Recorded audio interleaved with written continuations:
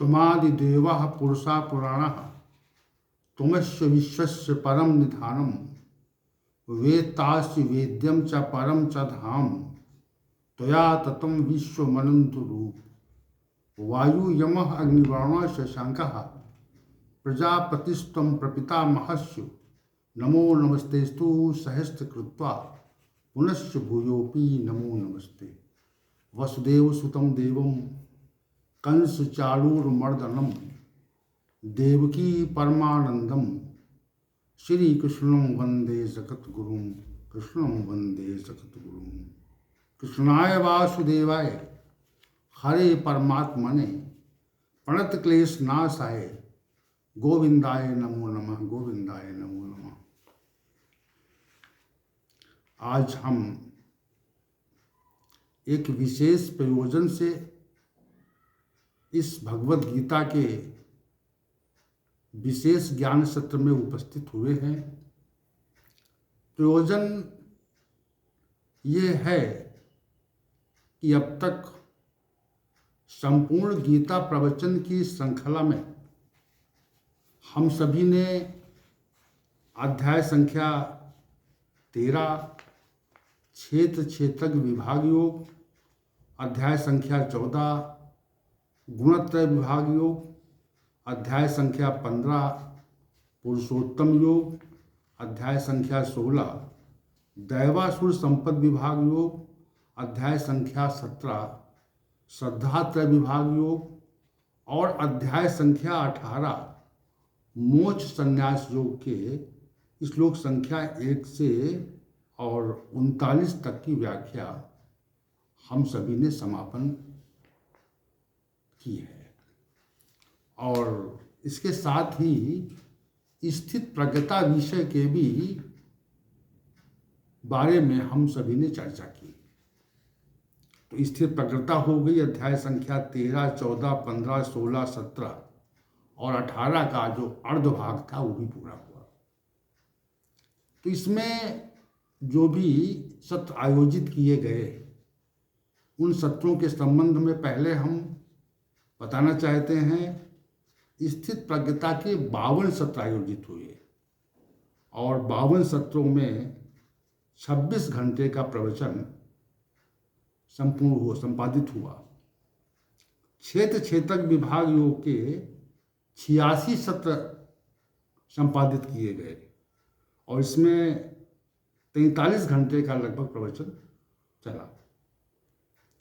अध्याय संख्या 14 गुणत्रय विभाग योग में लगभग 90 सत्र आयोजित हुए और इसमें 45 घंटे का प्रवचन चला। और अध्याय संख्या 15 पुरुषोत्तम योग पर 63 सत्र आयोजित हुए, लगभग 32 घंटे का प्रवचन चला। अध्याय संख्या 16 दैवासुर संपद विभाग योग पर 82 सत्र आयोजित हुए, इसमें 41 घंटे का प्रवचन चला। अध्याय संख्या 17 श्रद्धात्रय विभाग योग पर 62 सत्र आयोजित हुए और 31 घंटे का प्रवचन चला। उसी प्रकार अध्याय संख्या 18 के आधे भाग पर यानी एक श्लोक संख्या 1 से 39 तक का प्रवचन हुआ मोह संन्यास योग के प्रथम भाग में और इसमें 98 सत्र आयोजित हुए। सबसे अधिक जो आयोजन हुआ वो इसी अध्याय पे हुआ और लगभग 49 घंटे का प्रवचन चला। तो संपूर्ण गीता प्रवचन की श्रृंखला के निर्माण का उद्देश्य संपूर्ण गीता की व्याख्या करने से संबंधित है। तो हम जब दृष्टि डालते हैं, सभी लोग चूंकि उपस्थित यहाँ पर हैं, तो हम जब दृष्टि डालते हैं अपने कार्य पर तो लगता है कि एक विशद कार्य हुआ। लगभग 1/3 भगवत गीता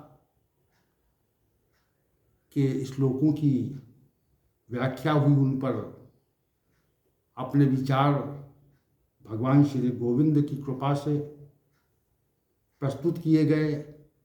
लोगों ने उसका श्रवण किया, ऐसा प्रतीत होता है कि भगवान श्री गोविंद की साक्षात कृपा यहाँ पर बरसती है और उनकी कृपा के सहयोग से ही हम सभी इस विशद कार्य को पूरा कर सके। लगभग 550 सत्र आयोजित हुए, तो ये विशेष बात है कि निरंतर कार्य चलता रहा। लेकिन अभी जो भगवत गीता ज्ञान की संपूर्ण व्याख्या का जो कार्य है वह अभी पर्याप्त अधूरा है, क्योंकि अभी 1/3 भाग ही व्याख्यापित हो पाया है।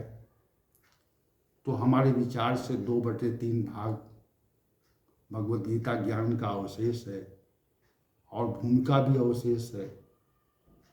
तो अभी एक लंबी यात्रा है और लंबी यात्रा भी भगवान श्री गोविंद की कृपा से ही पूरी होगी, ऐसा हमारा अनुमान है, ऐसी हमारी प्रार्थना है। यहाँ पर एक विशेष बात ये कहना चाहते हैं कि हम सभी ने भगवद गीता के संपूर्ण श्लोकों की व्याख्या का संकल्प ले रखा है। अब संपूर्ण गीता की व्याख्या तो अनेक मनीषियों ने की, अनेक टीकाएं और भाष्य लिखे, अपने समय के प्रकांड महानुभावों ने इस पर बहुत कुछ कहा, बहुत कुछ लिखा और अनेक दृष्टिकोण से, किसी ने कर्मयोग की दृष्टि से, किसी ने ज्ञान योग की दृष्टि से, किसी ने भक्ति की दृष्टि से इस पर अपने अपने विचार दिए। तो सभी विचार जो है उत्कृष्ट है, आदरणीय है। लेकिन यहाँ पर जो हम बात कहना चाह रहे हैं वो इतनी कहना चाह रहे हैं कि अगर हम ये कहें कि हमारे द्वारा व्याख्या हुई, तो ये कहना सर्वाधिक अनुचित होगा, क्योंकि मनुष्य की बुद्धि भगवत गीता ज्ञान की व्याख्या करने में असमर्थ है। ये विचार हमारा दृढ़ रहता है और ये दृढ़ विचार हमेशा सदैव हमारे साथ रहता है। तो भगवत गीता ज्ञान की व्याख्या 2 तरह से होती है। एक तो मनुष्य अपनी बुद्धि से करता है, उसमें बुद्धि का जो लिपायमान हो जाता है, और दूसरा भगवान के परमाश्रय से करता है। तो भगवान के परमाश्रय से जो व्याख्या होती है वो मेरे विचार से, मेरी समझ से, मेरी अल्पबुद्धि से श्री भगवान उसमें सहयोग करते हैं और बताते हैं कि इसका ये अर्थ है, इसका ये अर्थ है, इसका ये अर्थ है। तो वो जो व्याख्या होती है उसका पृथक प्रभाव होता है, पृथक तथ्यों का उसमें समावेश हो जाता है, क्योंकि श्री भगवान विचार देते हैं और श्री भगवान जब विचार देते हैं तो विचार वो का पर्याप्त सीमा तक सही और सटीक होता है, तात्विक होता है।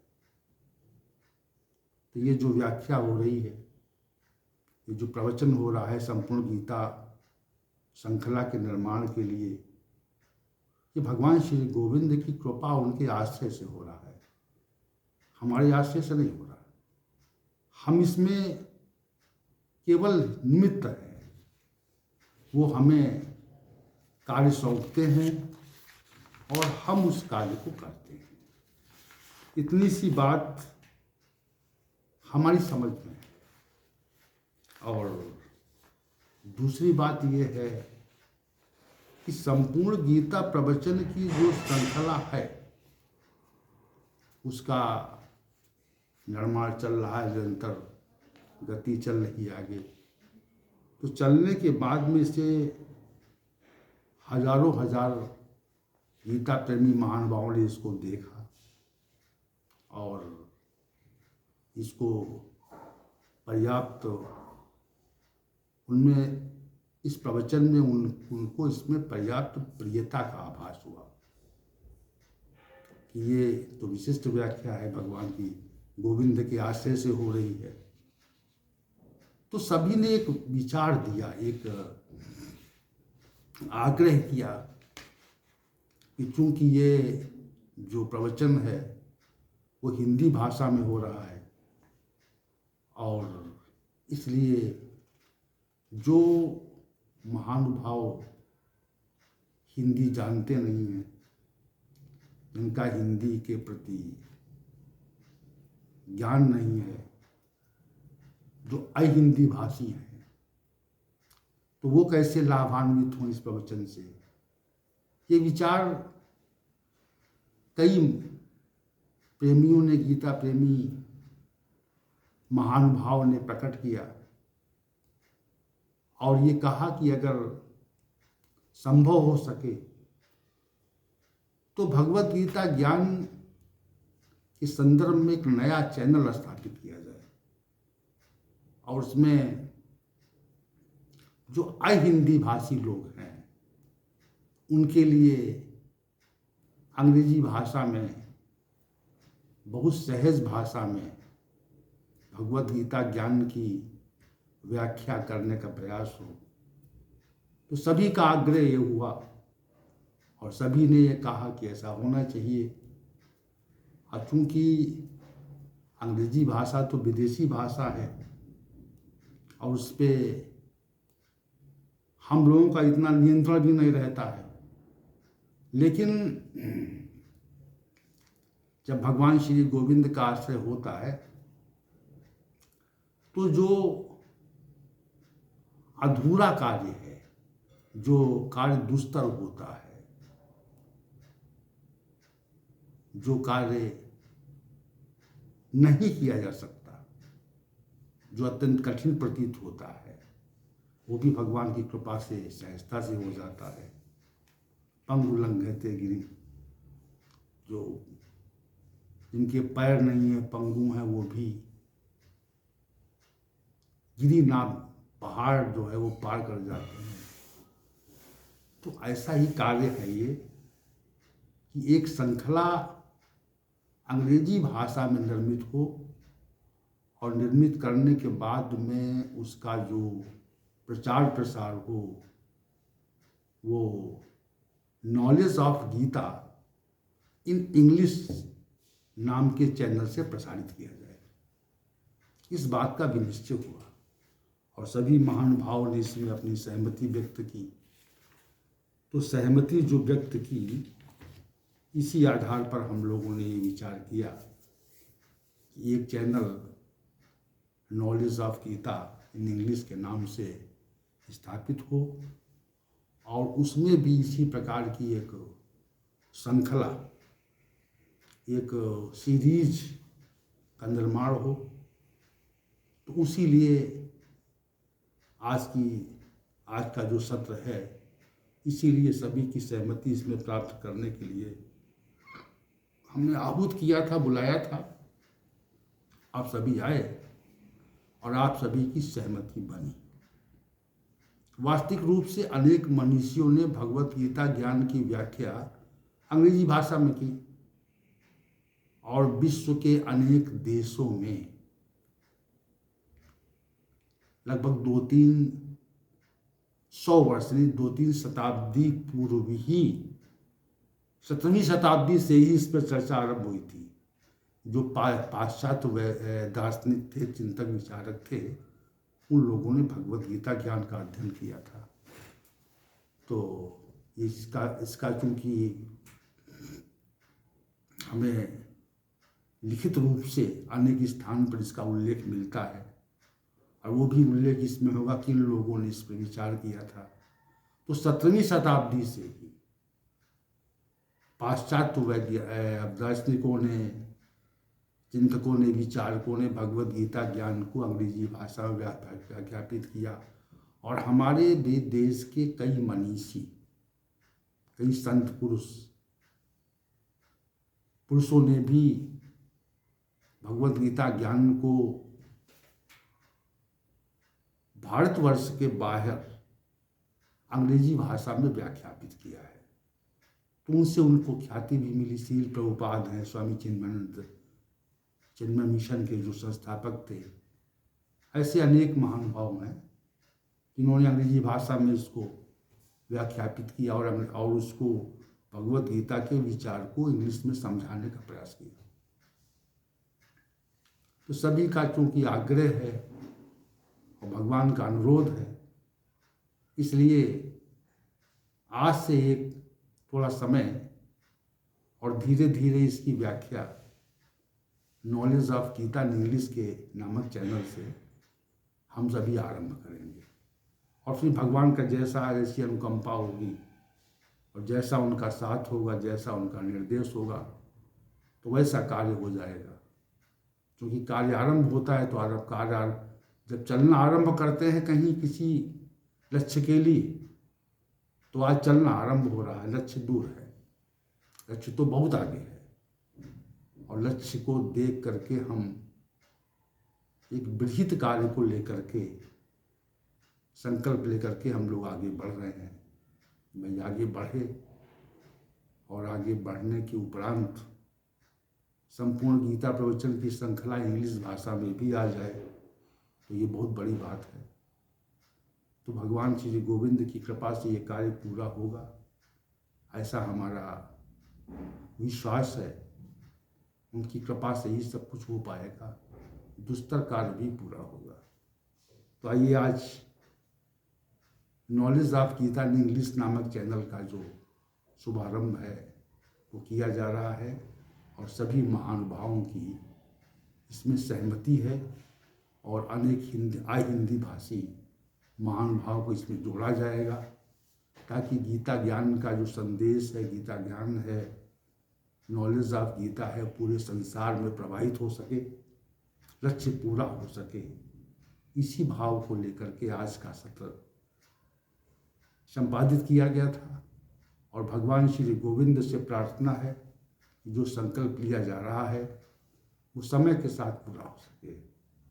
तो इन्हीं शब्दों के साथ सभी को सादर प्रणाम करके भगवान श्री गोविंद के चरणों में साष्टांग दंडवत करते हुए आज के संकल्प को आरंभ करते हैं।